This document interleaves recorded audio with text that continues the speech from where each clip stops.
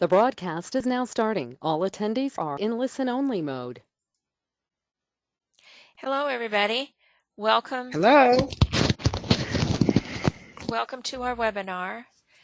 Eva and I are here, and we've got Michael on our staff. And I see a good representative of attendees. Thank you very much. Okay, I'm going to start. This is going to be our last webinar in this series on chart delineation. It's our 10th webinar, I believe. Right, Eva? I think so. Yeah, I think so. We, of course, have an earlier series, too, that went like 18 webinars. But anyway, I'm going to start this one out. I'm going to finish the Labors of Hercules. We still have Aquarius and Pisces to go. And then Eva is going to wrap our series up with a discussion on the crosses and the reversal of the wheel. So, okay. So let me switch over, switch computers here, if I'm smart enough.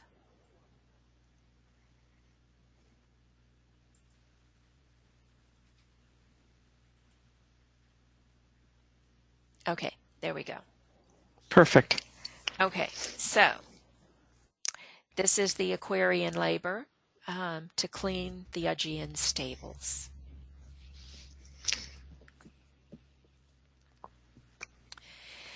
When Hercules approached the realm of King Augeas, he found that the stables hadn't been cleaned in years. The stench was terrible. The pastures were so amply dunged, as they put it, that no crops could grow. In consequence, there was pestilence sweeping the land, wreaking havoc with the humans that lived there. So as he sought out King Aegeus, he was met with distrust and disbelief.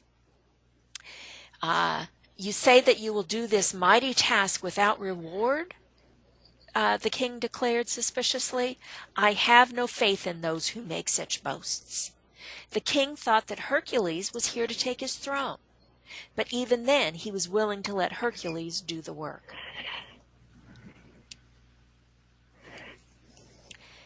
But the king wanted a bargain struck, and he said that if Hercules could do the task, we've got some background noise here. Eva, I think it's you. I'm not sure. Really? I'm not Should sure. I take off my headphones? No, just mute yourself. Okay, let me do that. Thank you. Okay. Sorry about that. Okay, so the king wanted to strike a bargain, and he said that if Hercules could do the task within a day, that the king would give him 1/10 of his cattle. If Hercules failed, his life and fortune then belonged to the king. So Hercules wandered through this blighted place. He saw a cart go by that was piled high with dead, the victims of this pestilence. He saw 2 rivers, the Alpheus and the Peneus, flowing nearby, and an idea flashed in his mind.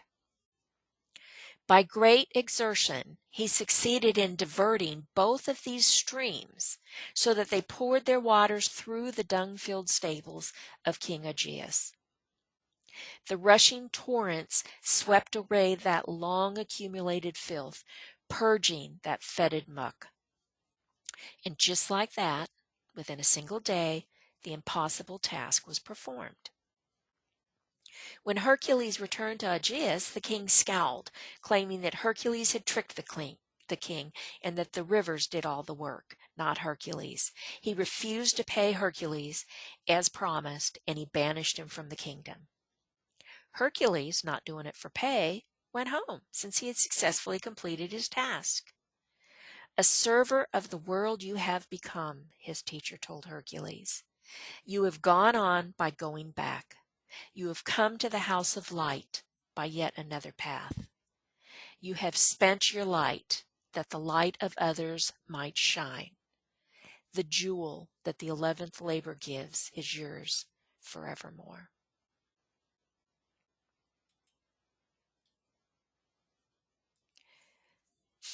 Okay, so like all of these, let's talk a little bit about the meaning of the myth.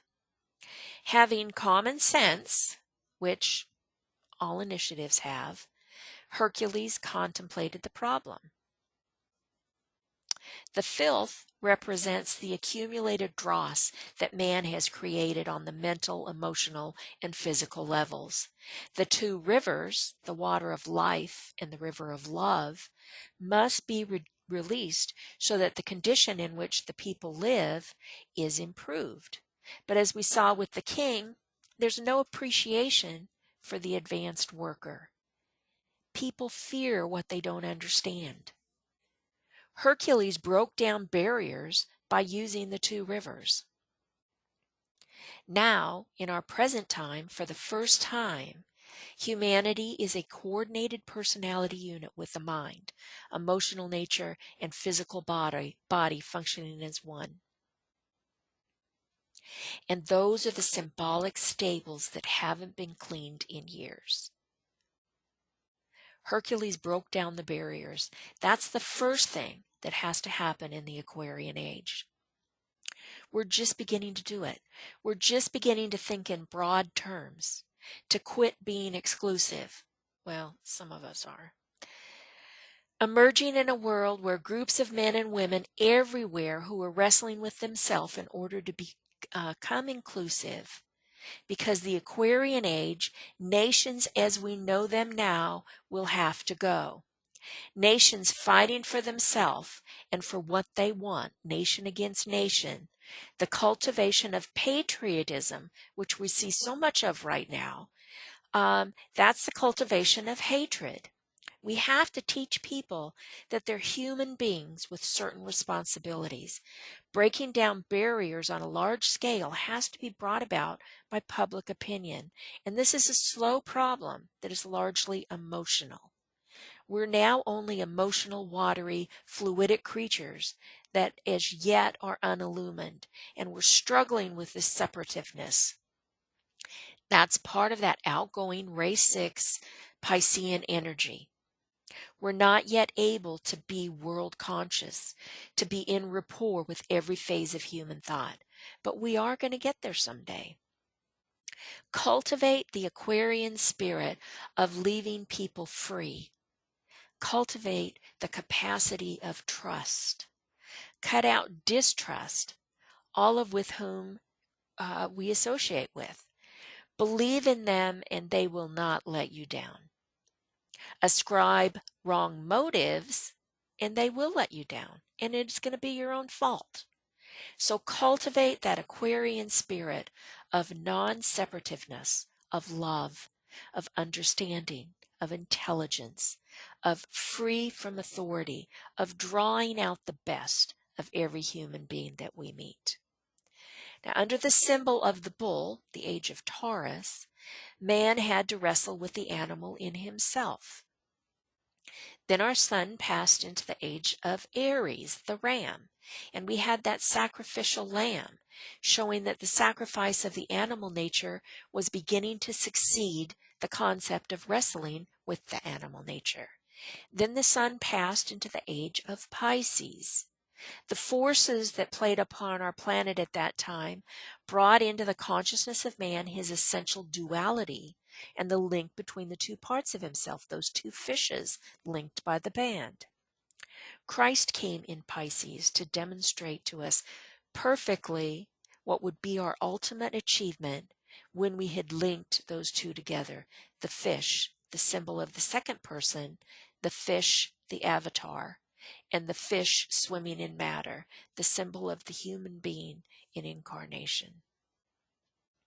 Having traced that wonderful idealistic evolutionary teaching down the last 5,000 to 6,000 years as a result of subjective forces playing upon humanity, we're now passing into that age of Aquarius, where through symbolism of water and purification, we're going to learn how to be the soul and not the human being. At the end of the Aquarian age, approximately 22,000 years ahead of us, can you picture what humanity is going to be like then? The animal nature, the emotional nature, and the mentality will be secondary. The soul is going to be primary. We have left behind the human kingdom at that point. Though we may be inhibiting our bodies, our consciousness will be focused in the fifth kingdom of nature, that spiritual kingdom. The opposite sign to Aquarius is Leo, the sign of the individual, the man who has found himself as a human being. He stood upon his own feet, was the center of his universe. Everything happened in himself. By that, he learned certain great lessons, that it was just possible he was not as important as he thought. And by subjecting himself to certain training, he could find a larger self. And so he passed on to Scorpio, where he was tested to see how much persistence he had. The outgoing characteristic of the aspirant is endurance, and the sign that calls for the utmost endurance is Scorpio. He triumphs in Scorpio. And in Sagittarius, he becomes the one-pointed disciple who cannot turn back. He goes on, and because he does, he climbs to the top of the mountain in Capricorn and undergoes that transfiguration. In Aquarius, the disciple becomes the serving master. He can be a master because he has learned to serve, and he can serve because he is a master. Those two go hand in hand. So, on his journey, Hercules, being the initiate, is pledged to do three things, which can be summed up as the outstanding characteristics of all true initiates. If they're not present in some measure, the man is not an initiate. So unselfish service. We're no longer interested in ourself. With our new perspective of universal consciousness, there is nothing for us to do but to assimilate the troubles of our fellow man and help them. Group work. This is something that we all know little about as yet. The world is full of organizations and societies that are happy training grounds for ambitious people, but the average group is a hotbed of jealousies, people trying to impress the others or get ahead. This is not group work. Group work is standing alone spiritually with complete forgetfulness of our own self and affairs and the welfare of the particular section of humanity with whom we are associated. It negates ambition. It negates upward movement in any lodge or organization, and it negates all assuming of official prerogatives. AAB suggests that the new groups will not have, I'm sorry, that's Alice Bailey for those of you who aren't familiar with the shorthand here, suggests that the new groups will not have any officials, but will work automatically because of the institutional spiritual interplay between the minds of the units in the group. Wouldn't that be lovely? Something we don't understand as yet, but hopefully we will and soon. And then the third thing is self-sacrifice. The true meaning of self-sacrifice is making the self holy. That deals with the self of the group and the self of the individual. That is the work of the initiate. From the top of the mountain in Capricorn, Hercules has to come down literally into material filth. Hercules had to aid in the cleansing of the world by the right direction of the forces of life through it. You appreciate that we are entering into the Aquarian age, where materialism as we know it will have completely died. Well, not until the close, but it will. And the whole life will be interpreted in terms of energies. We're dealing entirely with forces. We're all becoming practical occultists, the occultist who lives and works in a world of forces and who begins with the forces within himself. Aquarius is depicted as a man holding an inverted vase. The man inverts the vase, and out come the two streams of water, the river of life and the river of love. Those two words, life and love, are the two words that embody the technique of the Aquarian age. Not form, not mind, but life and love.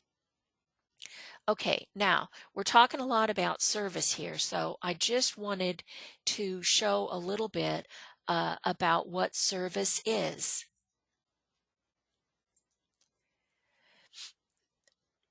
A treatise on white magic tells us that right motive leads to right service. It's an expression of love to the family, to the group, and it leads to service to humanity and eventually consciousness of the plan.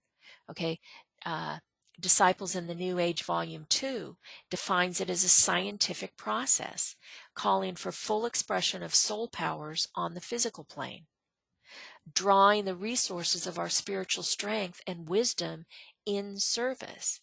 Although some of the world's greatest servers, they do this instinctively. Their brain consciousness is unaware of the hierarchy in the plan. Just as some esoteric students study too much without actually serving.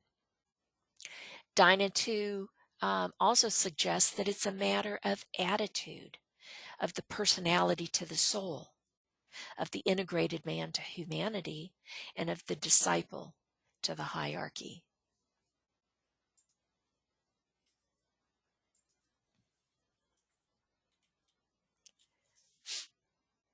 Okay, let's look at Aquarius in context of everything that we've learned about it. It's the will to serve, first the lower and then the higher self. It's world service. It's individual consciousness transmuted into group consciousness. The negative traits, unpredictable, inconsistent, detached, stubborn. Positive traits, friendly, humanitarian, intelligent, inventive, independent. Esoteric concepts are distributing the energies of life and love, that group awareness, group responsibility, universal consciousness, universal relationships, and unselfish service. Aquarius has Uranus as the exoteric ruler, and a keynote from the angle of the form is, let desire in form be the rule. Jupiter is the esoteric ruler, and the keynote from the angle of the soul is now, water of life am I poured forth for thirsty men. The switch here is from being flitting here and there for better and more radical experiences, searching for change, rebelling against the status quo, to one of truly becoming a magnanimous server of all. Earlier, we looked at Leo and how it's self-mastery in preparation for selfless service, and now we're considering its opposite, Aquarius, which stimulates that group awareness and world service. That axis that eventually needs to be balanced and then recognized as the same line that has, of course, a joint purpose, is one of building that self-mastery specifically for the purpose of our usefulness to the group in world service. Okay, Eva, did you have anything that you wanted to say about Aquarius before I moved on to Pisces? Just a tiny little bit, actually. You spoke of the axis between the polar opposites of Leo and Aquarius, and I just want to go into the symbolism a little bit here. We, in the form, in the body, Leo tends to represent the heart. And the heart has basically two valves or two areas, you know, the aorta and the vein. One goes in, one goes out. And when you think back to the Leo labor, remember there were two openings to the cave. So the cave represents the heart, and then there were the two openings. Now you go to the opposite, which is Aquarius. Aquarius represents the circulation. So Leo is the heart, Aquarius is the circulation. And how better depicted is that than the rivers, which run waters and run flow. They flow through the system. And it's interesting that you referenced two rivers. And if we look at the glyph of Aquarius, we see two wavy lines. Again, the duality, the dual is represented just like in the heart, there are the two openings. Here, there are the two waves. The other thing worth mentioning is that even though this is an air sign, air represents mentality, the mind. There is so much reference to water, waters of life, and even those little waves look like water.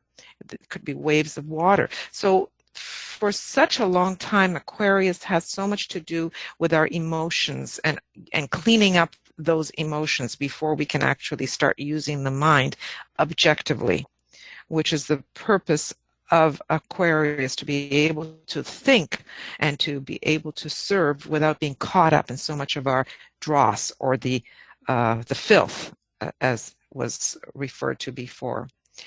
So again, there were two rivers, the river of life and the river of love. Again, the duality we see here. And I think that's it for the moment. Okay, thank you. Does anybody have any questions before we move on to the Pisces labor? Okay, I don't see any hands, so I'm going to move on. Okay, this is the capture of the red cattle of Geron. Within a temple, Hercules made offerings to Helios, who is the god of fire and the sun. For 7 days he meditated, and then a favor was bestowed on him. A golden chalice fell upon the ground before his feet.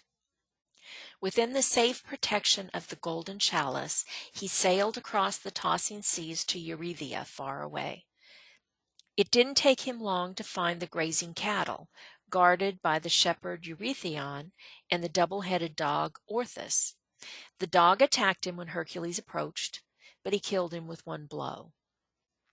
Then Eurytion, fearful of the brave warrior who stood before him, asked that his life be spared. Hercules conceded his request. Driving the cattle before him, he turned toward the sacred city. Not too far in this process, he saw a distant cloud of dust that rapidly grew larger. Surmising that the monster Geron had come in mad pursuit, Hercules turned to face his foe, breathing fire and flame from all 3 heads at once. Geron hurled a spear at Hercules and almost hit its mark. Stepping aside, Hercules was able to evade it. Then he let an arrow fly, and it seemed to burn the air as he released it and struck the monster squarely in the side, piercing all 3 bodies at once and killing the monster. Hercules returned to his task to herd the cattle toward the sacred city. He faced difficulty again and again as the cattle strayed often, so Hercules would have to leave the herd to hunt them down. Across the Alps he drove the cattle and into Italy. As he progressed on his way, he stopped whenever he found injustice and dealt with whatever evil he found, righting the balance as he went. At times he lost his way. He turned back, retraced his steps, and journeyed on. Weary by this most exacting labor, Hercules returned home at long last, and his teacher was there waiting for him. Welcome, O Son of God, who is also a Son of Man. The jewel of immortality is yours. By these 12 labors have you overcome the human and put on the divine. Home have you come, no more to leave. The human labors ended, your cosmic task begins. And from out of the council chamber came a voice that said, well done, O Son of God. So, his cosmic tasks begin. We're never done. We have more, whichever step we get to, we have more and more and more. Okay, so the meaning of the myth. He received his orders. Pisces is a sign of obedience. His orders to bring the cattle across land and water to the sacred city. So here we see the power of the words again. Land is matter and water is emotions and desires. Hercules sailed to the island in a golden cup, and when he arrived there, he climbed to the top of a mountain and spent the night in prayer. He prepared via meditation, invoking his soul. Then he killed the monster, but did not kill the shepherd. The symbolism of the red cattle is the lower nature, an outstanding characteristic of humanity. They're guarded by the shepherd, which is the mind. The two-headed dog represents the matter aspect and the psychic nature. The mind can still be the shepherd of the cattle, but the two-headed dog, the psychic emotional nature and the matter aspect, they had to be deprived of any power. The shepherd still had power, something a person in incarnation will need to develop the mind and then use it as the interpreter of that spiritual energy from the soul.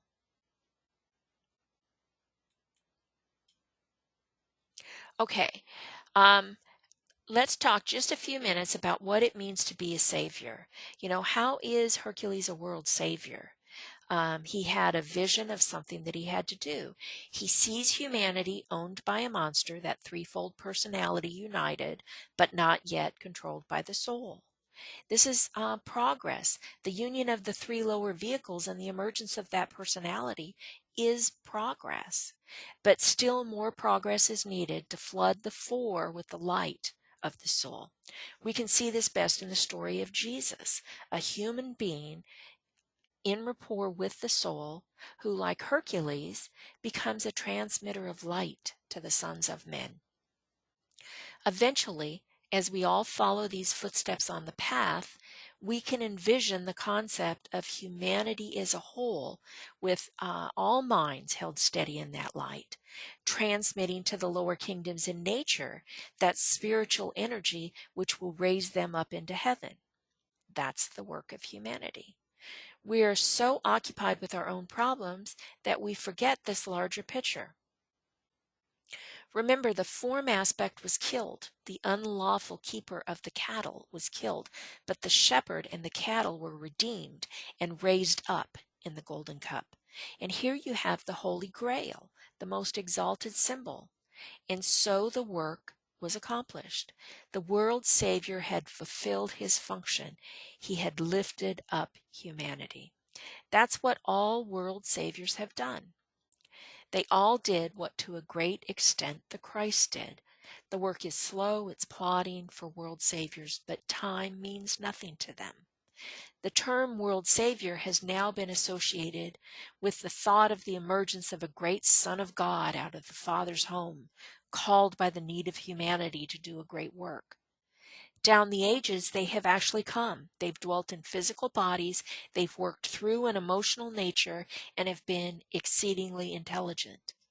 They have, by their lives, set an example that we all may follow.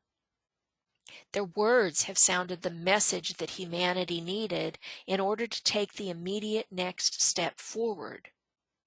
In their acts, they've given demonstration of service, gone about the world doing good. Their names have stayed with us down the ages, remembered for thousands of years. Alice Bailey speculates in her lecture that this labor has not yet been completed, that the accomplishment still lies ahead, and that humanity, the human monster, is now ready for salvation and the real work of the world Savior. The waning of the Piscean and the waxing of the Aquarian age can happen, both of them led by the same world teacher, the Christ. Okay, so the journey. The sign Pisces marks a triangular place in the heavens. It's a symbol of reality. The sign rules the feet, and hence the idea of treading the path and attaining the goal has been the underlying spiritual revelation from the Piscean age. Pisces is also the sign of death in various aspects. The death of the body sometimes, or maybe it's that old foolishness has come to an end, or an undesirable friendship will cease. Devotion to some religious form or thought that has held you can now end, and you'll emerge and set your feet upon a new path. It's the sign of death to the personality. If we see the reality through the veils of the personality, we can let it go. DK tells us that there are 3 signs of salvation in the zodiac. First, Leo, where the word goes out to the human being, work out your own salvation. The man determined to stand on his own legs, he becomes egocentric and assertive, all necessary to salvation, because only by trying out his own equipment is he going to arrive at the point where he gets this broader perspective that's eventually going to be needed. The second sign of salvation is Sagittarius, the sign of service and silence, where the assertive man, tired of talking to himself and pushing himself forward, he loses sight of himself in the goal, and then he silently serves. And then we come to the third sign, Pisces, that of the world saviors. This labor brings Hercules that most exalted symbol, the Holy Grail. Per Light of the Soul, the object of human evolution, I can't talk tonight, is to bring the Christ force into full manifestation upon the physical plane through the lower vehicles, serving as the receiver and container of the life of God. Sounds a lot like the Holy Grail to me.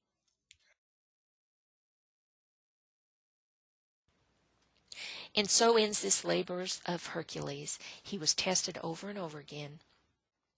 His lower nature was refined and redeemed. His personality gave way to the soul, and he became a server and then a savior.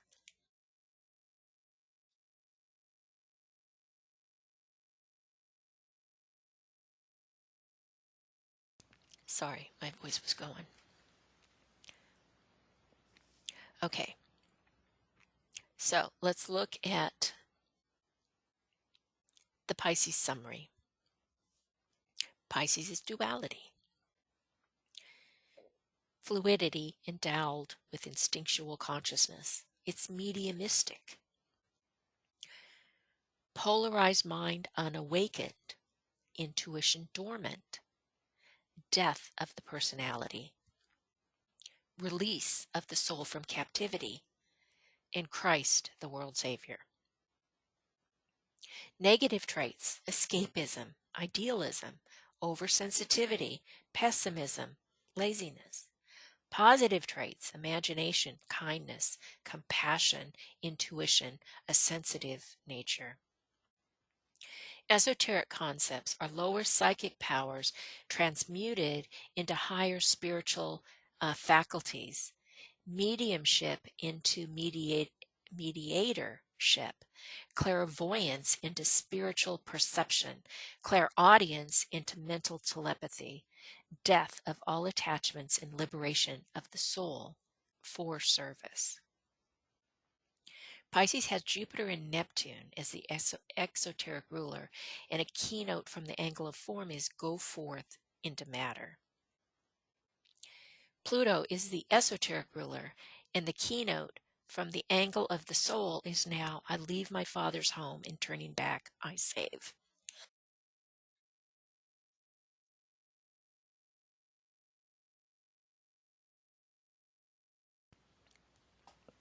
Sorry.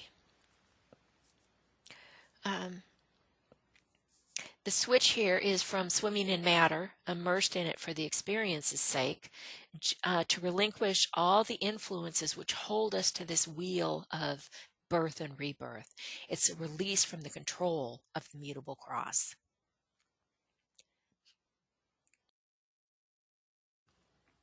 Pisces is the expression of soul consciousness, and its polar opposite is Virgo, the birth of the soul in the cave of the heart.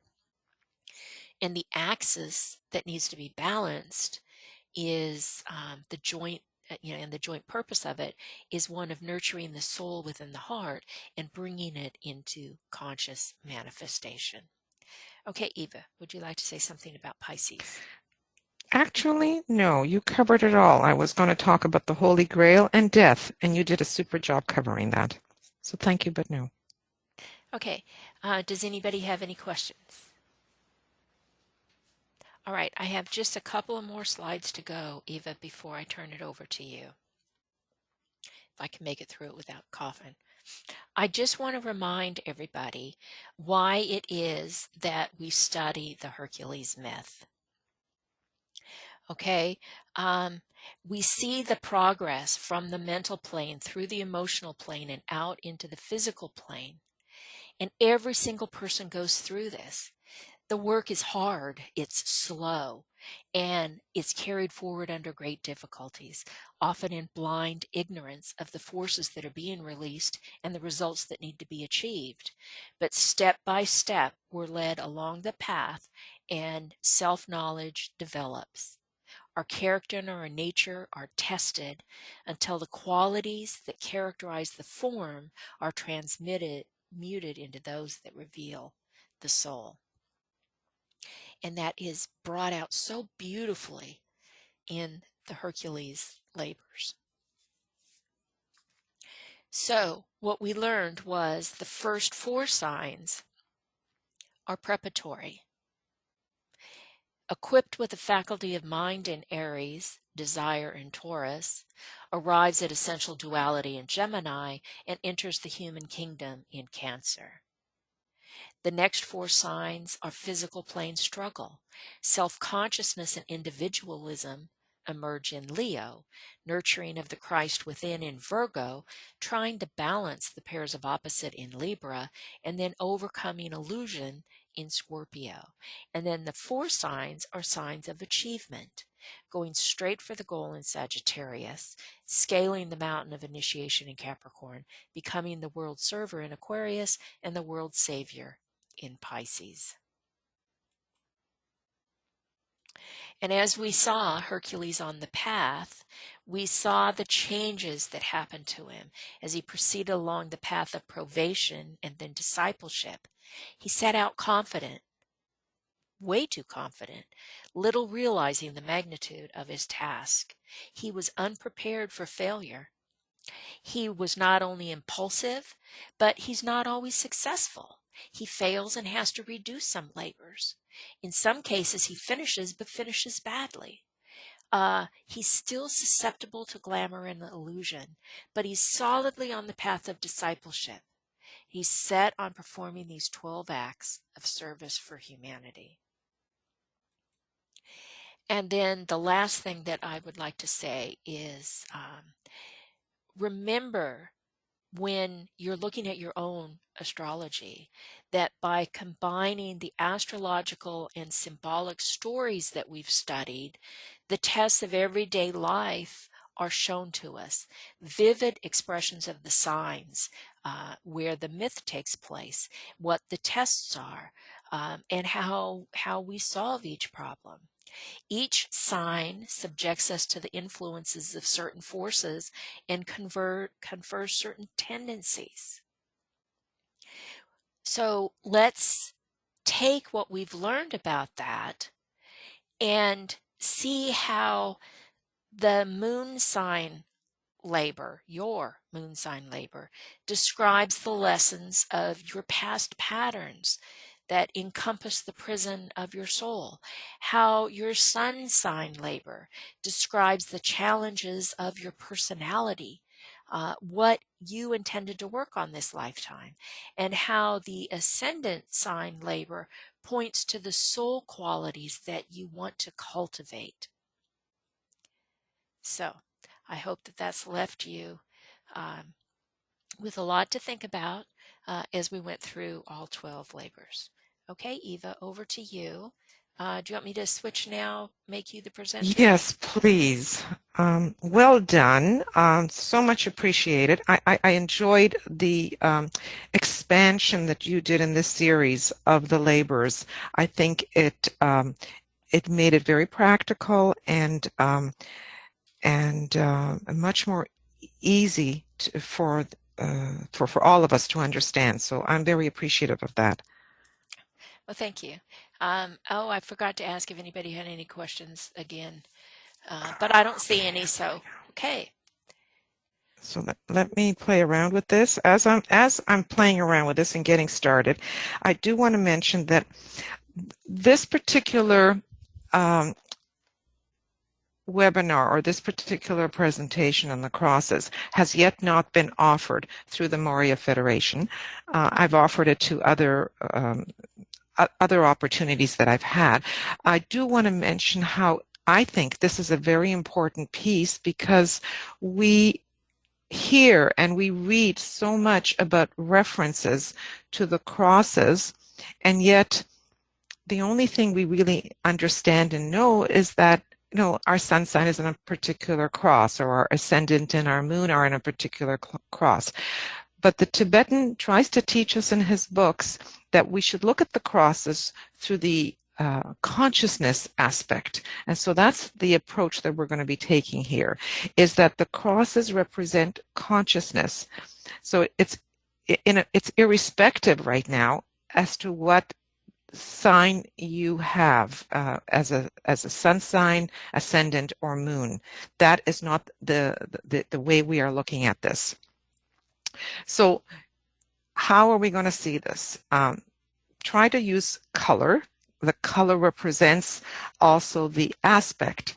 So for the mutable cross, it applies to the average man. The fixed cross applies to advanced man or a disciple. The cardinal is for masters, or those that have achieved and are guiding the race of men, just like Hercules did at the end. So it's interesting that what a great segue that BL offered in her summary at the end. She talked about manifestation and how we are incarnated, and we start first with Aries as initiating the cycle of manifestation. It's the beginning of the zodiac. It's where the first impulse is awakened, and the initial idea to institute activity takes form. Why idea? Because we're starting with the mental plane. Aries is the birthplace of ideas, and a true idea is in reality a spiritual impulse which takes form, both subjective and objective. In Aries comes the will to incarnate. So this is the beginning of incarnation from the very beginning, not just every incarnation that we take, but from the very beginning. The idea to incarnate originates in Aries, and it's on the mental plane. So the idea has to come first, just like we often say that God had the idea, had the thought to create our universe, right? He had to have that thought first, and then everything followed. So the individual entity has not yet manifested into a physical form. So as has been said, it starts on the mental plane in Aries. And in the sign Taurus is where the emotional or the desire is awoken, or not developed. It's still not developed, but it's impulsed in the new person waking up, incarnating. And in the sign Gemini, they emerge as vital energy entities. Vitality. Gemini has a lot to do with our etheric. Then they take physical form in Cancer. So all souls as individual entities come into human incarnation for the first time in the sign of Cancer. And it's into the ocean of physical plane existence. So this is the creative process. It becomes solidified from the top down, from the mental plane right down into incarnation into the physical plane. So the objective of the evolutionary process and reincarnation is to fully develop. What is it that we need to develop? Personality consciousness, which then expands into soul consciousness, and then into the spiritual awareness. So these represent the three aspects. And all of this is achieved through the three crosses.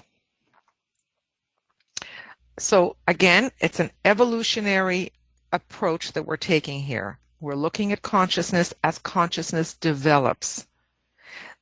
the early part of our evolutionary phase takes thousands of lives or incarnation, and it's on the mutable cross.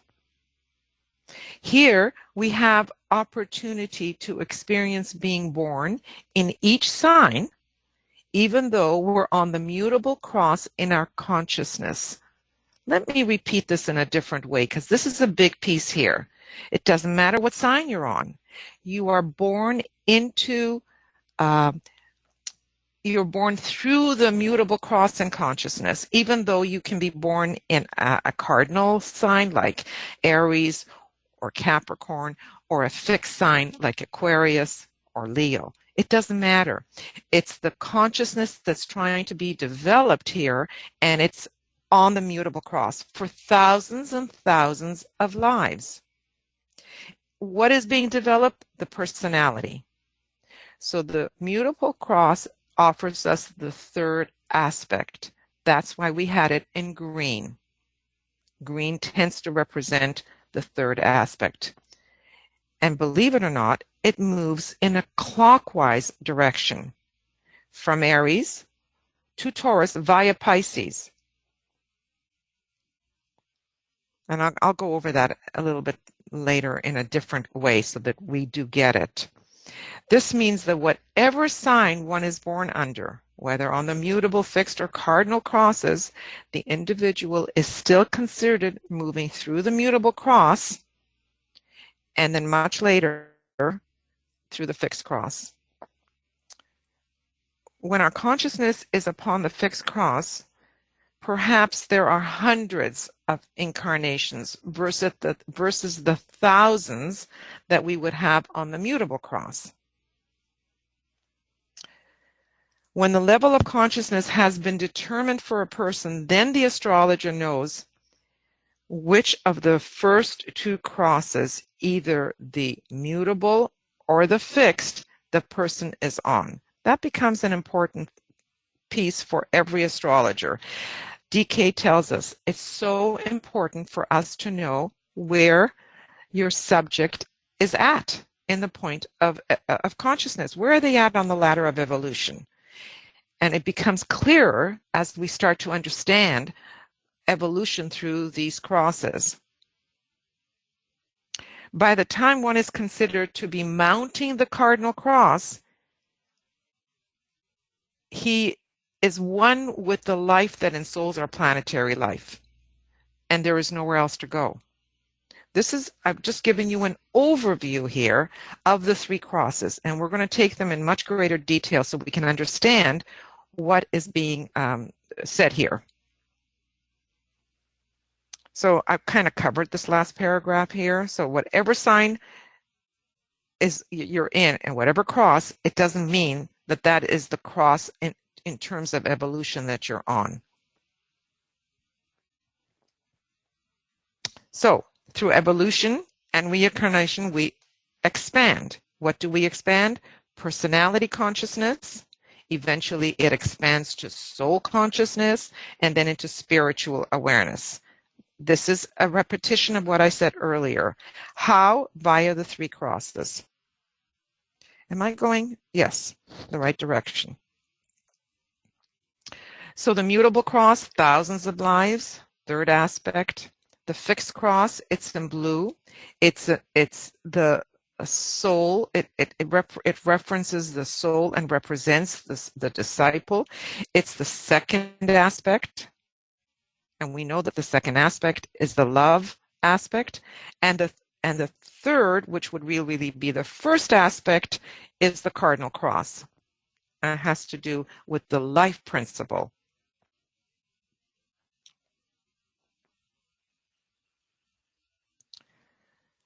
So the direction of the mutable cross follows the natural direction based on the precession of the equinox, from Aries to Taurus via Pisces, in a clockwise direction.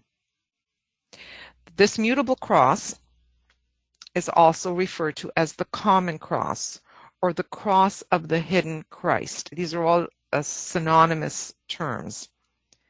The masses, or average humanity, are on this mutable cross. It's the cross of repeated incarnations. Why? In order to experience life via various signs. And the only rulers that affect these average humanity are the orthodox, or what we call the exoteric rulers. That's why, again, it's important for the astrologer to know where someone is at. Remember, this is average humanity. So an average person who wants to have their chart read, by asking questions, one would get a sense of how much soul is actually moving through that individual. They would then know how to approach looking at the chart. I'm going to read that and maybe explain it a little bit. Blind to the larger picture, swamped by emotions, interested only in I, me, and mine.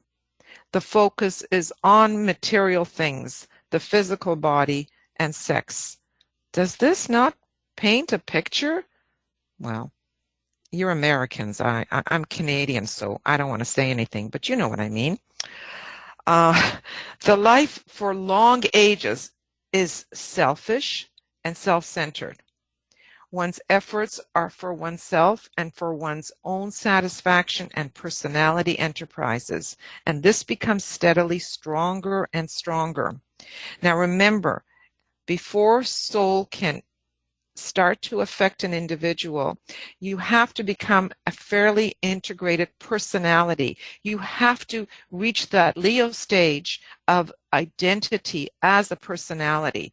So this is an important part of the growing process, of the maturing process, to develop a personality, to become effective out in the world, to be able to stand in your own feet and contribute to the world, even if it's in a selfish way. This is the present situation for what we call the masses, or average humanity. By learning how to develop our physical form, how to develop our emotional form, and how to develop our mental vehicle or body or form, it leads to successive and continuous expansions of consciousness. We expand, we become more aware.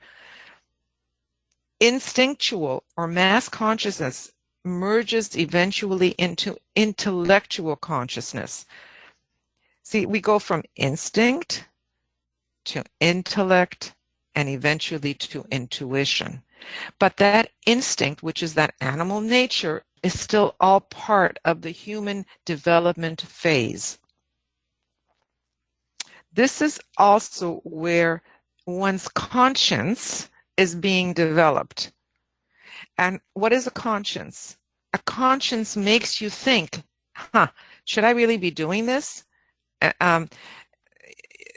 How many people have a conscience? We know of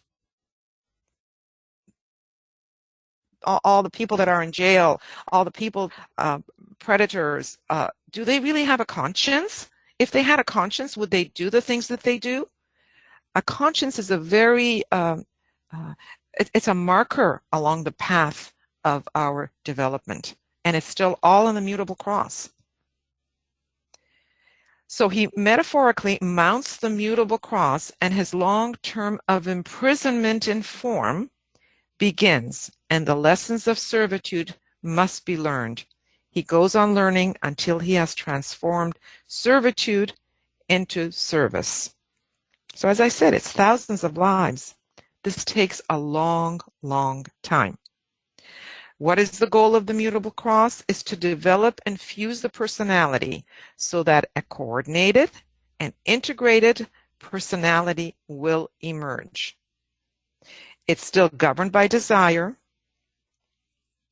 And what do you learn? You learn the knowledge petals of the egoic lotus.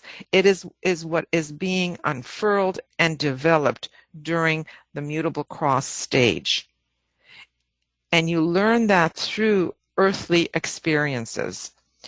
You know, you can tell someone all kinds of advice, but we all know until the person experiences it for himself, he doesn't really get it. Well, this is the process. These are the incarnations that force an individual to learn via experience earthly things. So of course it takes in the physical form, it takes in the emotional form, and a development of the mind, of the mental. The intelligence aspect is being developed here. So you're starting to get a picture, right, of what an individual goes through as they learn to develop and to grow and to expand their personality on the mutable cross. Now, I wanted to show you the precession of the equinox. It moves clockwise from Aries to Taurus. And it's interesting that BL covered that as well in her talk. So if we go back to Taurus, and I've got Taurus right here.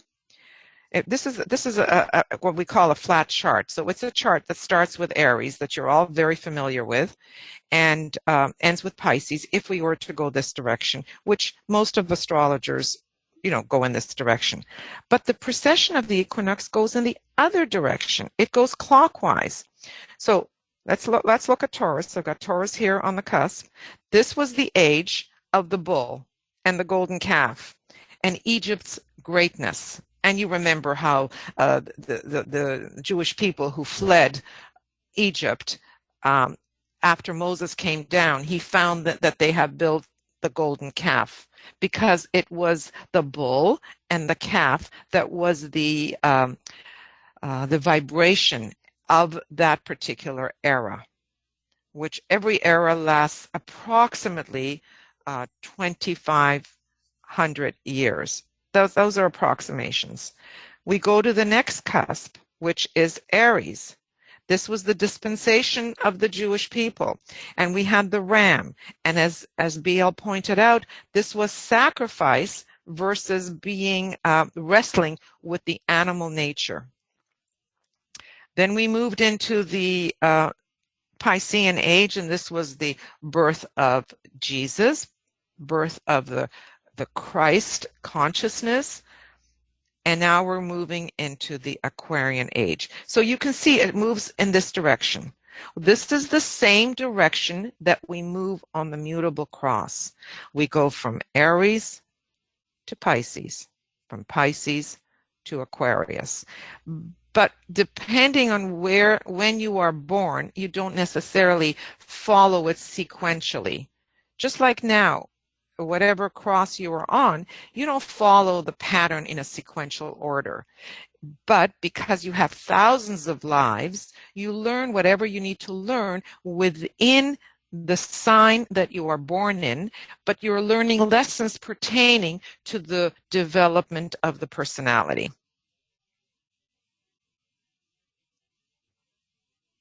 So here we go. The direction is clockwise from Aries to Taurus via Pisces, the same as the precession of the equinox. So the mutable cross, or the common cross, they lead to learning the aspect of intelligence. Intelligence is the first thing that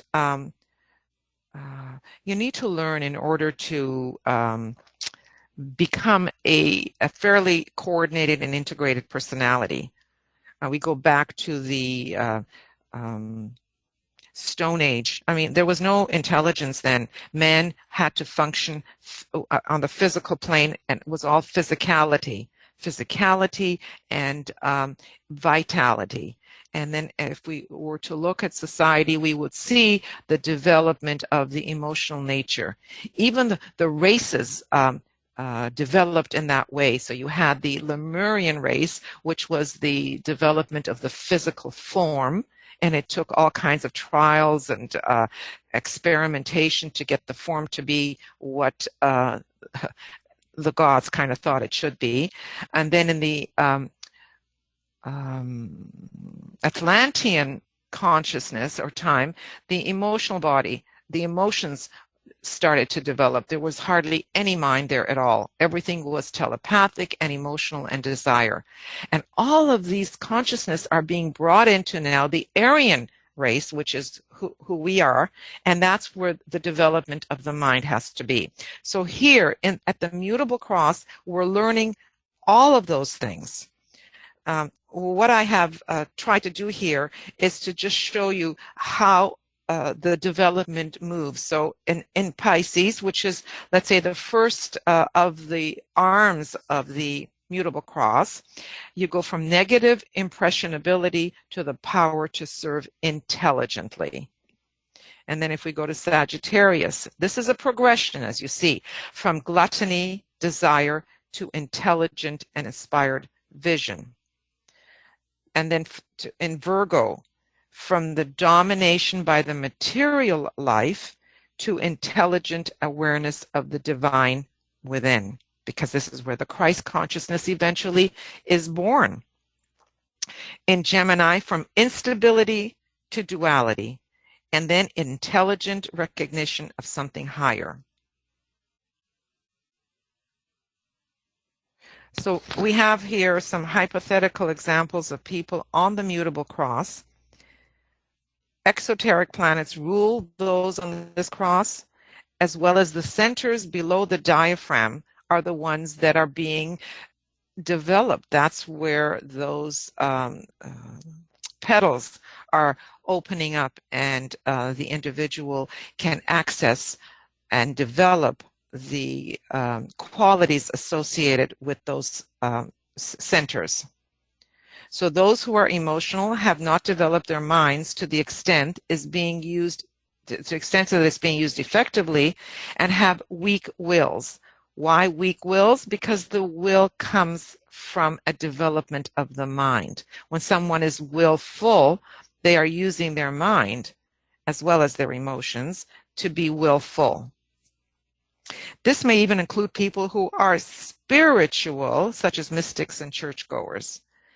And a few examples here: Vincent van Gogh, he was tortured; Marilyn Monroe, Marlon Brando, Greta Garbo, and I'm sure that the list can go on to a lot of politicians and so on. The more advanced, in other words, more development of the personality, are not necessarily better, but they're intelligent people with strong personalities, still driven by desire for money, for power, and for sex. Very material focus, as we can see. So we have all the bad guys, right? We have Hitler, Stalin, Milosevic, Ariel Sharon in Israel, Netanyahu, Arafat, Henry Kissinger, George Bush Jr., Tony Blair, John Edgar Hoover, Hugh Hefner, Donald Trump. So trying to give a variety, although this is very political here, of people who are more advanced, whose intelligence is quite well developed, but where the soul is not yet a factor. And I'm still working with the Mutable Cross, because I'm going to ask for questions as soon as I'm finished with the Mutable Cross. I think this is the last slide. Since it is personality development on the Mutable Cross only, there we know the exoteric or the orthodox rulers rule this cross. So what are we seeing here being emphasized? We have Jupiter, which is the exoteric ruler of Pisces. We have also in brackets Neptune for the masses. But if you're looking at individual development, we really would look at Jupiter.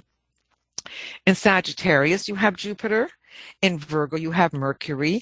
And in Gemini, you have Mercury. Those are the rulers of the cross. And what is it that we're seeing here? We're seeing touches of soul via Jupiter. Jupiter brings in faith. It brings in something larger than oneself. So that we're seeing the beginnings, the touches of something greater than oneself. And of course, we see the mind development via Mercury. This has to eventually lead to intelligence.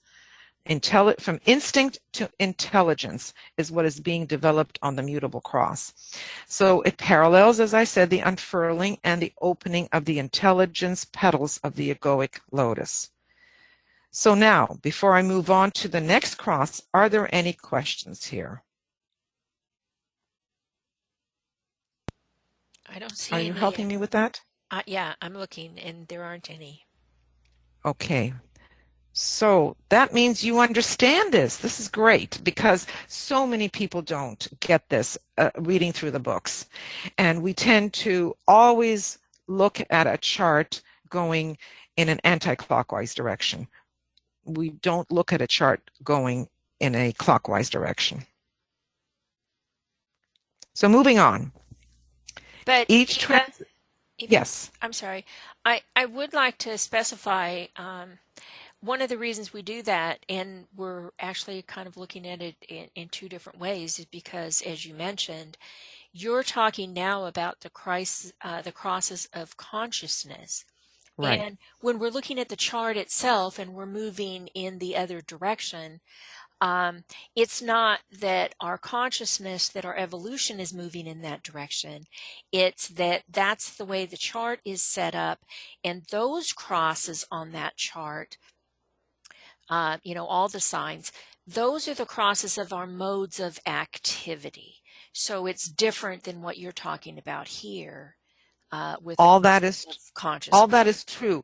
It's just that when we do look going clockwise, we would see the way an individual moves, let's say from Scorpio to Libra. So it would be going through certain tests, and then in Libra, they have to learn to balance what they had learned in Scorpio. And so many times I know that when I look at a chart, I'll make reference to the way a person has developed because now they're in a particular sign and so on. It's hard to do that when we don't look at a chart going clockwise. It's very hard to do that. And so we ignore that. But as long as we understand that that is something that Tibetan tells us, that we should be looking at people in terms of what it is that they're going through, the crises that they're living, the opportunities that they have, and the direction that they're moving. Just another little piece here. But yeah, you're right. We only look at the modes in terms of activity. Right. I like to think of it as on the Mutable Cross, we're going through all the signs in the wrong order, and we're expected to be a savior and a server before we've learned the tools that we need to use because we're still on that cross of experience. Right. Correct. Correct. Thank you.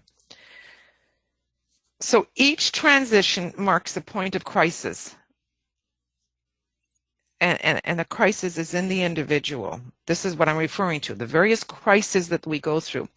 When the time of transition from a mutable cross onto the fixed cross arrives, 4 things need to occur. A vast experience of life in the outer world. The person has to have had that because we learn through our experiences. Gradually growing dissatisfaction, which awakens in the consciousness. DK in his books in the Esoteric Psychology, Volume 1 and 2, primarily Volume 2, leads us to the various techniques of integration because we do go through these dissatisfaction. We become dissatisfied. We go through crises. This is where the Aclery process comes in and all that kind of stuff, because a certain kind of dissatisfaction has to occur. And we don't necessarily recognize it as a dissatisfaction. We just know that we're going through a crisis. He or she turns to invocation, to aspiring to something greater than oneself. And most people go into mysticism, which is religion, right? So we see a duality. We see the lover and that which is beloved. So we see the ideal. We see, religion is just that, right? You're looking at something outside of yourself and something higher.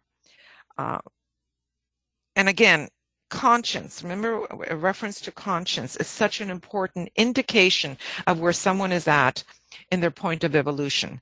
So a conscience is developed, and something else that DK says, and I haven't pointed it out here, is responsibility. We see in the development of human beings a sense of responsibility. That's why we have babies. That's why we have children, so that we can learn responsibility. Now, many people, couples, the man leaves. He cannot handle the responsibility. Many women leave, but they're left with the women with their maternal nature are left usually to raise their children on their own. And many of them turn it to substance abuse because they just cannot handle their life.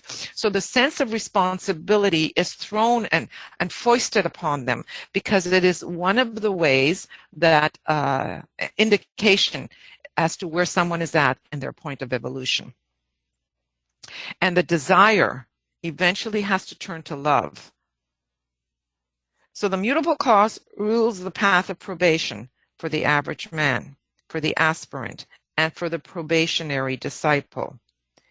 The path of building character into the personality. So we all talk about how to build character, how to move from negative qualities or characteristics to virtues. This is the purification of the lower vehicles. This is prior to the first initiation. So our society right now is full of ways in which we purify our physical, etheric vehicle. Everybody knows now the various foods we have to eat, the diets. Every other day there's a new diet to improve our physical form, to purify that.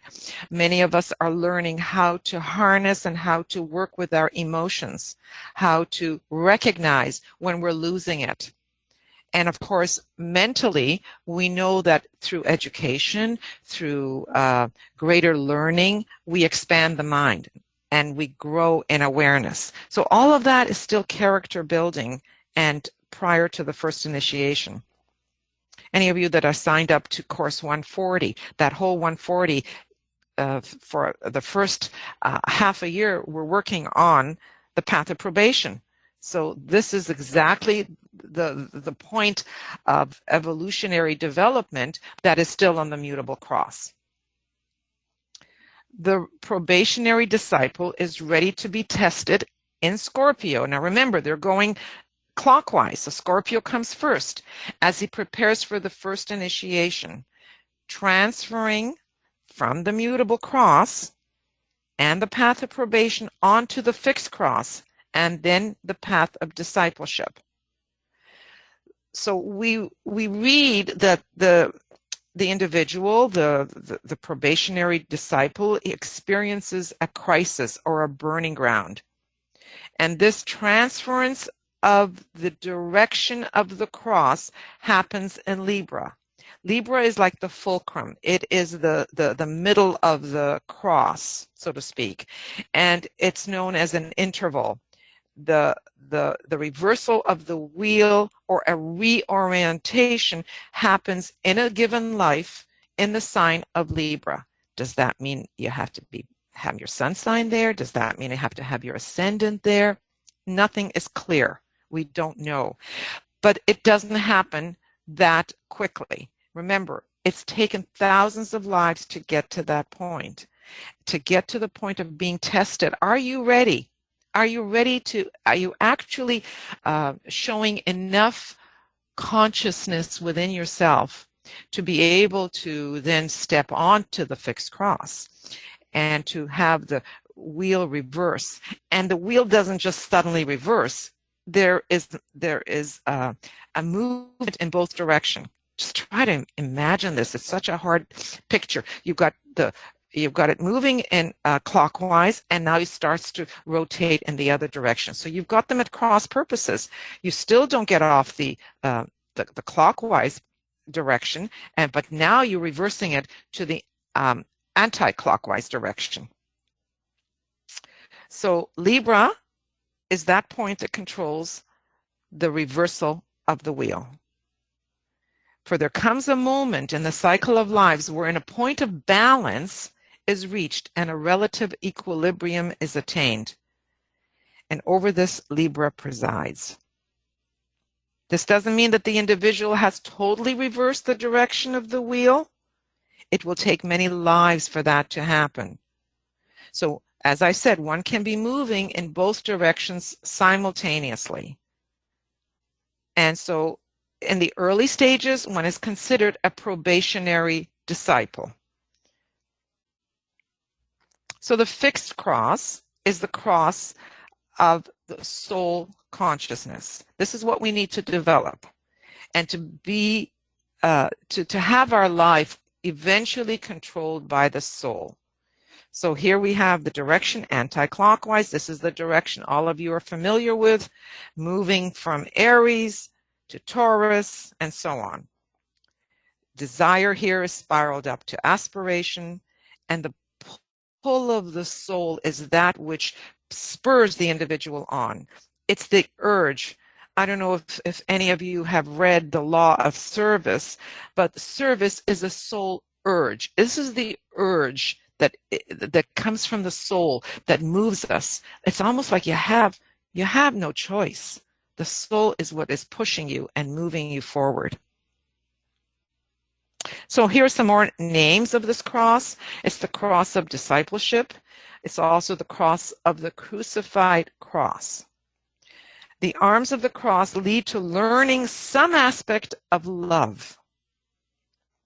So in Taurus, from desire to aspiration, leads to the unfolding of love.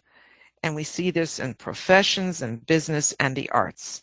And of course, Venus, its exoteric ruler, really helps in this area too. And of course, now we start to look at some of the esoteric rulers that start to influence the individual. And the esoteric ruler of Taurus is Vulcan. And Vulcan is that which hammers away. It hammers away at the personality to purify it, to make it a proper vehicle to be able to house now the soul that is developing within. We move to Leo, and remember, Leo is total identification. So you identify from the personality identification to the soul identification, and it stimulates creative ideas and projects. And in Scorpio, it brings triumph over glamour, over illusion, and the growing of love of humanity. In Aquarius, from personal desire to world service, just like BL spoke about Aquarius in her talk before. And again, it doesn't mean that you're only born in these 4 signs. You're born in every sign within that zodiac, but the orientation is towards developing some form of love. The fixed signs are very closely aligned to the establishment of right values. It is a cross of blinding light, of fiery pain, of bitter woe, and yet it's the cross of liberation. So it's the esoteric planets which rule this particular cross and rule the disciple. And so we have the bull in Taurus. We have the lion. And some of this is biblical. I mean, we've seen these pics all over the place, you know. We have the eagle and we have the Aquarius. And I think in the States you have both Scorpio. The eagle is an emblem, right? The eagle. And you have Aquarius, I think, on the ascendant. Canada has, I believe, Taurus as the sun sign of Canada. And there's a lot of this in the book, which one? Destiny Humanity. Destiny of Thank you. Nations. Destiny of the nation. So it's all laid out as to which cities have which signs, and there's a lot of this right now of the fixed cross in a lot of the countries and a lot of the cities, because we need to develop love. This is where awakened humanity is at. The first 3 initiations take place on this cross. So, do you think you've had your Capricorn initiation on the mountaintop, the transfiguration, the 3rd initiation? If you haven't, you're still on this cross. Hypothetical examples of people on the fixed cross. Intelligent but sensitive people who aspire to something higher and finer, who have had major emotional crises in the life, who are dedicated to world service.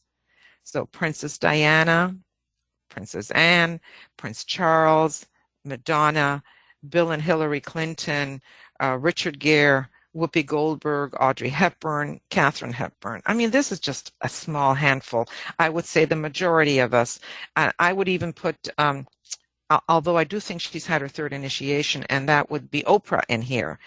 So she is a highly advanced human being, not just the intelligent and sensitive. She's advanced, so she's in the 2nd group. And I might even have her. I don't even remember what I did here. Yeah, I have Oprah. They identify with humanity as a whole, who are examples of unconditional love, powerful will, and who are highly intelligent, talented, creative, and successful, and who are effective in human rights on a global level, up to and including the 3rd initiation. So Albert Schweitzer, Albert Einstein, Margaret Mead, Winston Churchill, Gandhi, Mandela, Mother Teresa, Oprah as of late.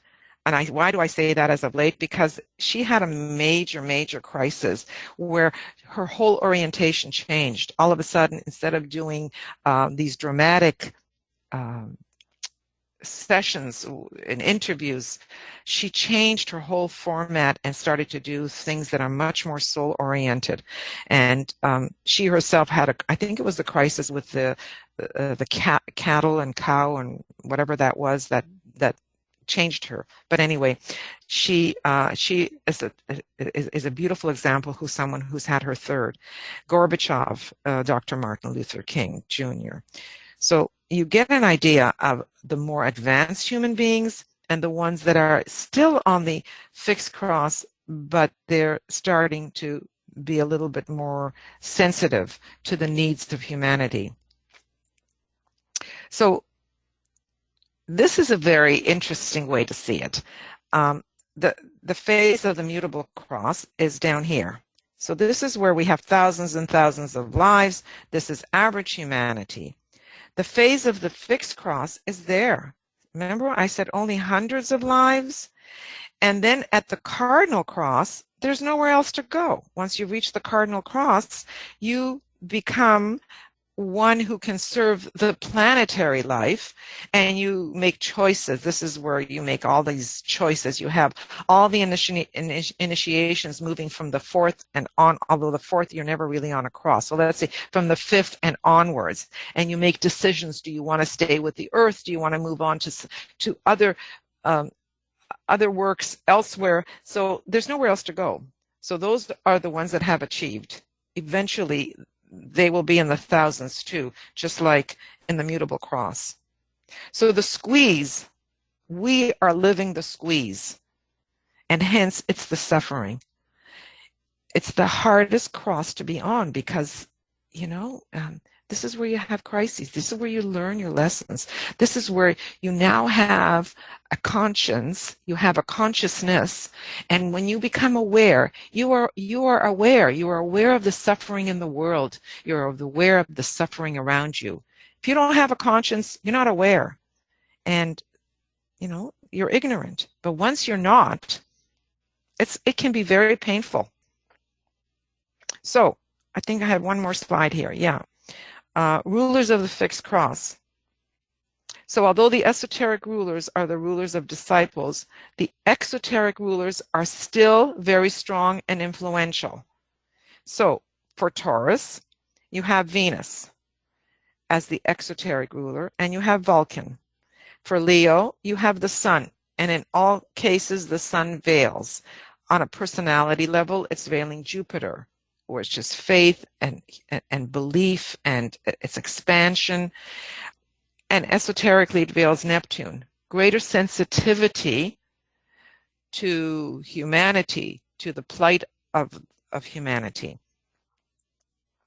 In Scorpio, Mars and Mars. So you have the development of strength, power, eventually leading to courage. Courage to be able to tackle all the glamours and illusions that have to be tackled in Scorpio. The courage and the dare, being to have the dare and the fight and the spirit to be able to overcome all the tests and trials and to be triumphant. In order to be triumphant, you have to have a development of will, which Mars offers us in Scorpio. And then in Aquarius, you have Uranus. Aquarius thinks out of the box. It's a mental planet. And esoterically, you have Jupiter. So here is the larger, it takes in the idea of brotherhood and service to all of humanity. And remember what BL said, eventually it has to be love, waters of life and love. So will and love are working with the disciple on this cross. We see Mars, we see Uranus, we see Vulcan, and then all these love planets. Any questions? I don't see any yet.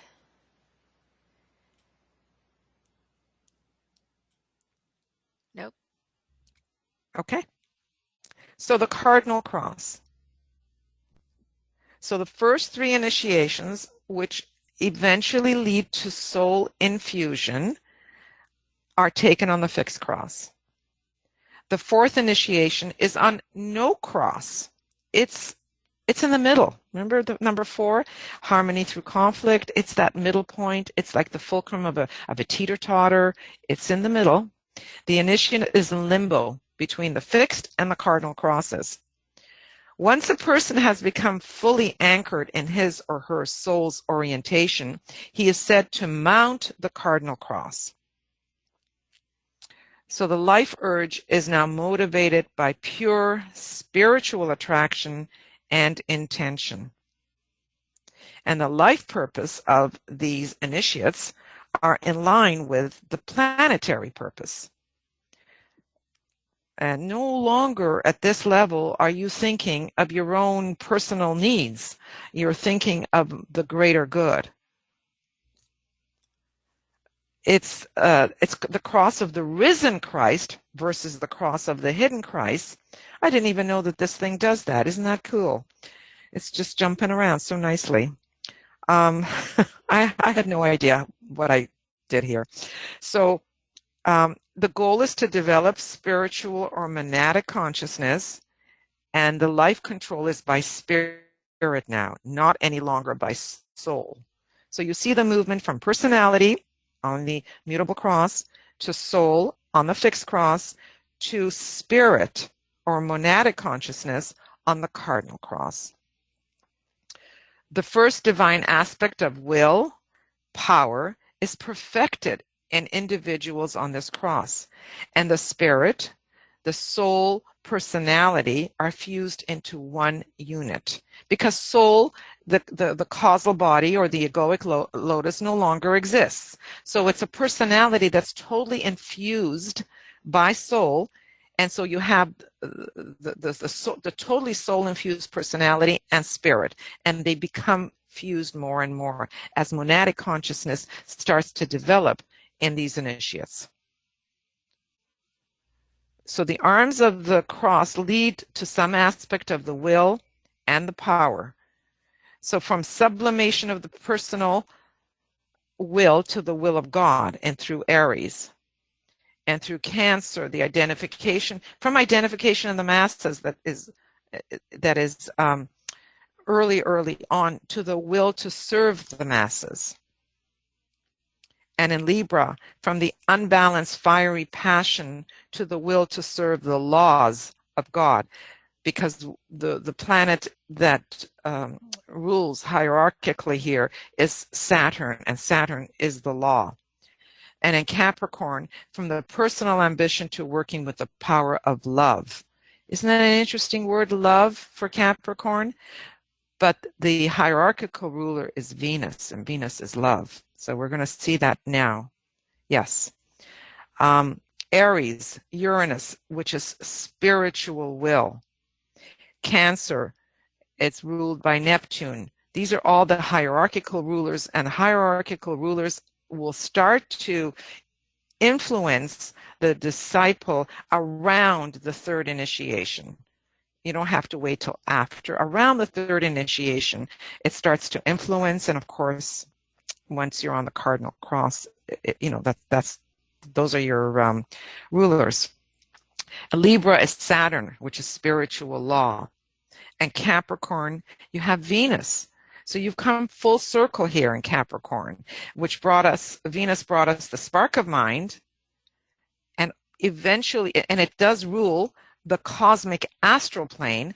And when you are already on the Cardinal Cross, you start to have resonance now with the cosmic astral plane, which we haven't got a clue what that is. We just read about it. So you start to move up, as they say. So hypothetical examples of people on the Cardinal Cross. I've put in the Dalai Lama, Masters of the Wisdom. So it would be all the masters that we're familiar with. Jesus, Maitreya, the Buddha, and so on. Maybe there are others, but these are the ones that I know for sure. So that's why I chose them. I don't think I have anything else. So any questions of any of this? I don't see any questions. So can you see yourself on the fixed cross in consciousness? That's the question to ask yourself. Are you developing soul? Are you developing greater consciousness within yourself? And I would say yes, or you wouldn't be here. But let's remember, the average humanity is still developing a personality.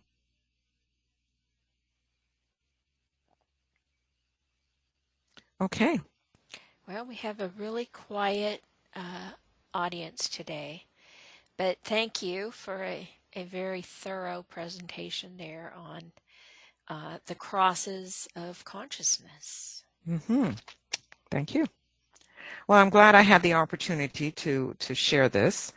I think it's an important piece, and I think that more people need to understand this, especially since there's so much reference to this, and it's not clear in the books. Right, and you know, they fully need to understand that there's two different types of crosses Right. that are being talked about, and understand the context in each case. And you did a great job of showing that. And I think it wrapped up our series really well. We didn't have as many guest presenters as we did last time. Last time we had more people who were willing to present, and then we also had some students from Great Quest who presented their DHY papers. You know, a profile on a famous person. So, okay, That's right. We have a question here. Yeah, I knew if I waited long enough, I'd get a question. Please go ahead, Yvonne. Well, thank you, Eva. That was wonderful. I do have a question. The two different types of crosses, I still don't understand that. Okay, so when we look at our chart, and we know that we have planets that are on the mutable cross, like for example, I believe you have Virgo rising, right? So that basically just tells you the mode of activity. Mutable cross, looking at the chart, has to do with flexibility and changeability. If you are a Leo sun, then you know that you're on the fixed cross, and that has to do with fixity. You know, either stubbornness or not that readily to change one's mind and so on. So you look at the mode of activity. when you're looking at it in your chart. Okay. And then when you're looking at it in terms of the development of consciousness, where we're at in terms of our own personal development, then you look at these three crosses in that way. And as I think I've made it clear that we, being all the students at Moria Federation, are on this fixed cross. We are on the cross of developing soul, on the cross of developing consciousness and love. Okay. Are you in agreement with that? Yes. Right. So that's how you would look at it in terms of consciousness and in terms of development of consciousness. So there's two ways to look at these crosses, and they're not that clear in the books, and that's why I felt that if I could bring greater clarity in the direction in which we are going and in our development and consciousness, it might clear up something as we read this in the texts. Does that make any sense? Yes, it does. I have another question. Sure. When you say the development of consciousness, is that sort of synonymous with the heart opening? To develop? Of course it is. Of Okay. course it is. So Of course it is. I have a question. Somebody that kills for blood sport, that enjoys killing things, and I'm thinking of somebody in my family that likes to go out and shoot harmless pigeons or pheasants that they let loose out of a cage, and he shoots them, and I say, why do you do that?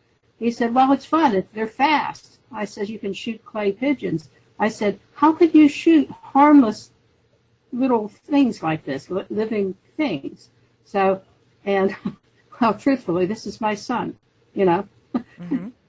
Well, the question is not to look at just this one specific incident, but look at the way in which he lives his life. Is he living his life from a loving place? Is he living his life from his heart? Is he conscious of humanity and of his family in a way that's more than just responsibility? Well, he's, as you know, he's a plastic surgeon. Right. And, so you see, he's probably doing both. He's probably working both. You know, he might be a probationary disciple that is nearing the first initiation. Maybe he's already had his first initiation, where he, the first initiation is the birth of the Christ consciousness in the heart. But said in very practical terms, it's recognizing that you are more than your body. You are more than your form. There's something more to you than that. That's what first initiation is all about. There's something higher within you, whether it's, people call it soul or not, doesn't matter. But they recognize that there's more to them than just the form, just more than just the personality. Thing is to look at the way in which they live their life. Because a lot of people can't translate the way we treat animals to be similar to the way we treat human beings. You know, that requires awareness. That requires consciousness. Yeah. I'm having trouble dealing with that. I says, you took the Hippocratic Oath. He says, that just applies to people. So see, that's what I'm saying. A lot of people can't place animals in the same place as they put people in terms of it's a life. You know, it's killing a life. Yeah. So I just wondered where that was, because I'm having trouble getting my mind around that one. How to deal. He's probably, as I said, probably going in both directions. Like most of us in our early stages of development are still going in both directions. We're still developing the personality. We're still trying to purify the personality, change our bad habits to virtues, and we're still always honing that personality, integrating it more and more. But at the same time, we're developing the consciousness within us. We're opening our heart. We are becoming more aware of everything around us, and that is soul. Thank you so much. My pleasure. Okay, we have Laura asks. Yeah. Hold on just a second. Eva, for some reason you're blinking. Were you getting that too, Michael? Yes, I was. Okay. The minute you went out of full screen mode for your slides, you started blinking. And Okay, let me put it back into full screen. thanks. Okay. There we go. All right. Is that better? Okay. Yeah, for right now. Laura writes, Dear BL and Eva, thank you for the very interesting webinar. One question, please. Regarding the two directions for interpreting an astral chart, when you want to analyze the houses, you should go in a clockwise direction, right? The houses represent modes of activity, I suppose. You know what? Since we have been trained to look at all the houses from a anti-clockwise direction, that's how we want to look at them. So the first house is the house that Aries would rule. The second house is the house that Taurus would rule.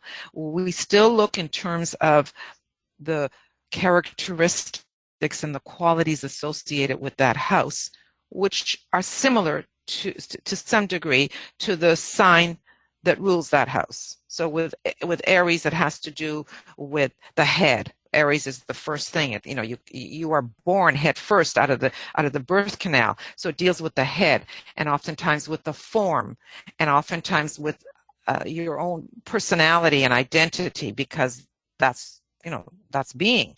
So the sixth house is the house of Virgo, and that's the house of health. That's the house of pets and service. That's what Virgo's all about.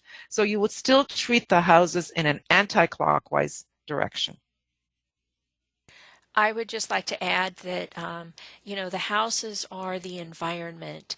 And theoretically, we have the exoteric environment that all astrologers know and love so much. And then we have that higher correspondence, which we talk about esoterically, still in the same location. But theoretically, the more that we gain soul control, the less our environment triggers us. Okay. Mm-hmm. And so, by the time you reach the Cardinal Cross, you're not really looking at, you've already mastered the higher expression of the houses, and the environment isn't really that big of a deal for you anymore. Although, of course, we always, when we do an esoteric reading, we're always looking at the houses and what the relationships are being formed and the purpose of the house and everything.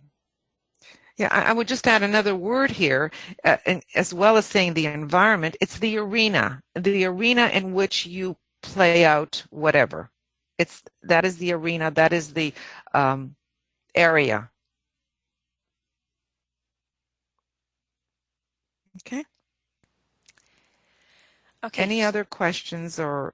I don't see any more. And Laura says thank you. So. My pleasure. Okay, here we go.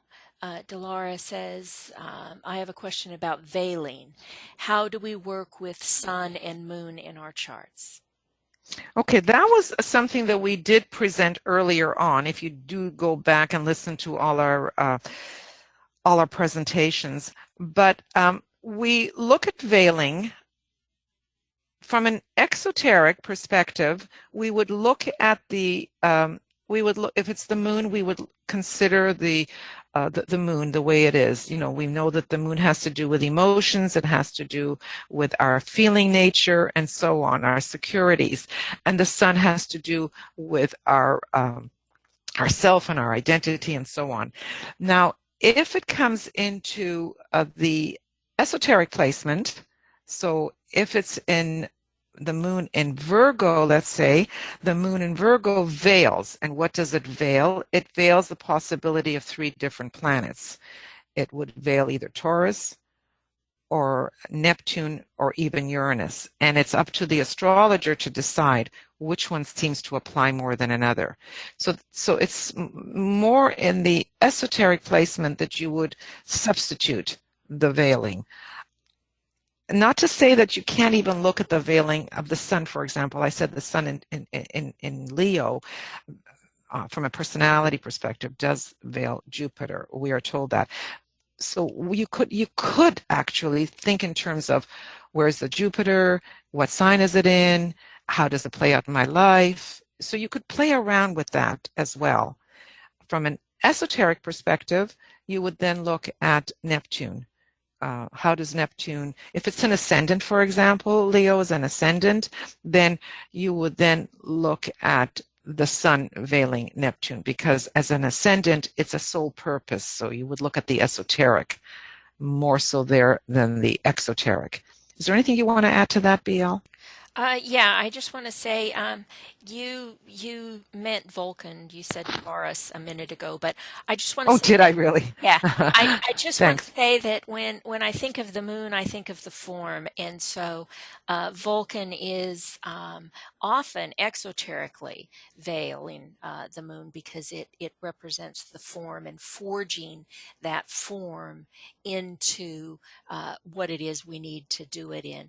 And then I also like the analogy of the sun, um, the physical sun, Neptune, the heart of the sun, and Uranus Mm-hmm. at the higher level, the central Yeah, spiritual sun. spiritual sun, So right. it's the development of it as it's veiling. But yeah, Mm-hmm. it can get a little tricky because it does switch. It depends on the circumstances as to what might be veiled. Another thing I wanted to say about that is sometimes you can look at the aspects within your chart to see, if the sun itself has a relationship to Neptune or to Jupiter. It might indicate what it's veiling, and the nature of the relationship might help you. It'll tell you if it's a friendly relationship or if it's a testing relationship. The squares, of course, are going to be testing, and the trines and sextiles, that's a more friendly, beneficial relationship. So it can show you how they are interacting together in your chart. Mm-hmm. But like Eva said, that's something we covered with all of the previous webinars. If you have the chance to go. I hope that helps a little bit. We didn't go into that much detail, but it just an overview. Excuse me, Dolores says thank you. Oh, our pleasure. Okay. So that wraps it up. That does wrap it up.